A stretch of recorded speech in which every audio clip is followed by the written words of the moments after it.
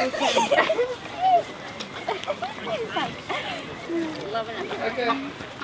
Stand together. Ow! Look at me. Turned around again and I was just like, are you serious? And then I didn't say anything else.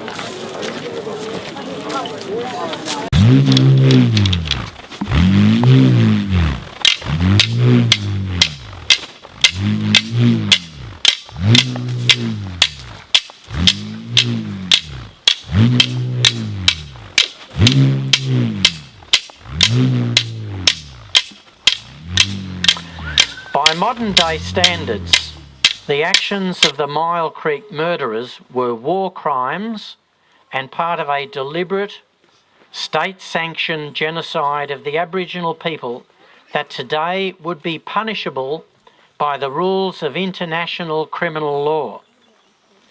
The fact that vast numbers of genocidal murders in colonial Australia went unpunished would today provide evidence of state sanction and would today justify international intervention in the prosecution of the perpetrators and their national leaders.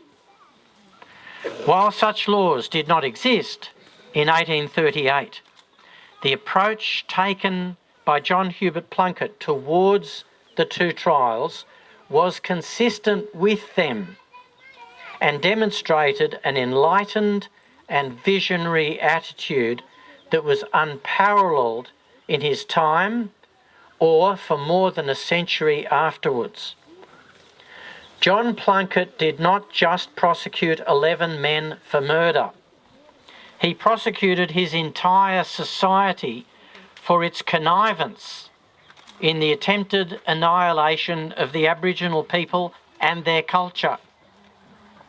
His contemporaries, consciously or subconsciously, appreciated that fact and as a result vehemently resented him during the trial and for years afterwards.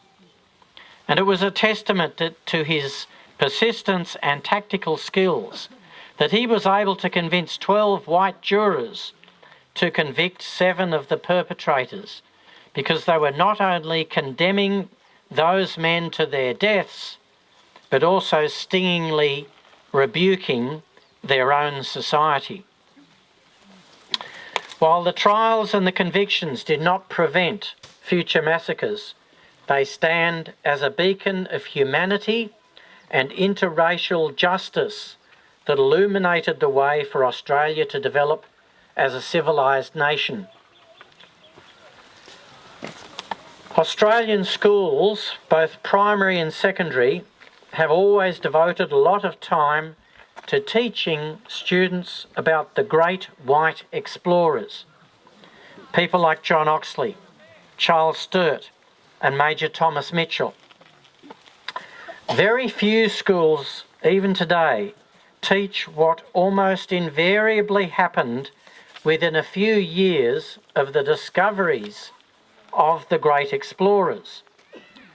The expansion of white pastoralists into areas that had previously been occupied by Indigenous clans for millennia, the expropriation of their land, the destruction of their culture and society, and the massacres of tens of thousands of them in hundreds of locations throughout Australia. In my opinion, the story of what happened to the Aboriginal inhabitants in colonial times should be taught in all our schools as readily as we teach the exploits of the great explorers.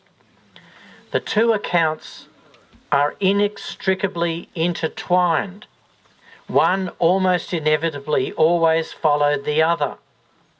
A real acceptance by mainstream Australia of the horrors that were perpetrated against our Indigenous communities in the colonial period will bring with it an understanding of the long-term trauma that has been transferred down the generations until today.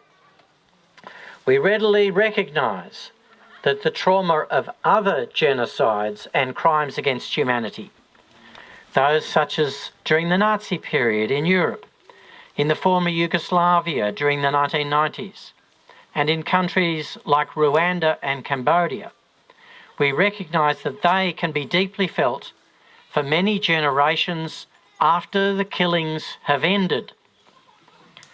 If we recognise that Aboriginal communities were subjected to massacres in a multitude of locations all over Australia for more than a century, there may be more sympathy for the current generations striving for equanimity, understanding and acceptance. Until we recognise that what occurred was a war of extirpation, of annihilation, until we recognise that what was perpetrated amounted to an attempted genocide that today would be recognised as a war crime, and until we teach this to our children throughout Australia, we will not have reached our full maturity as a nation. Thank you very much.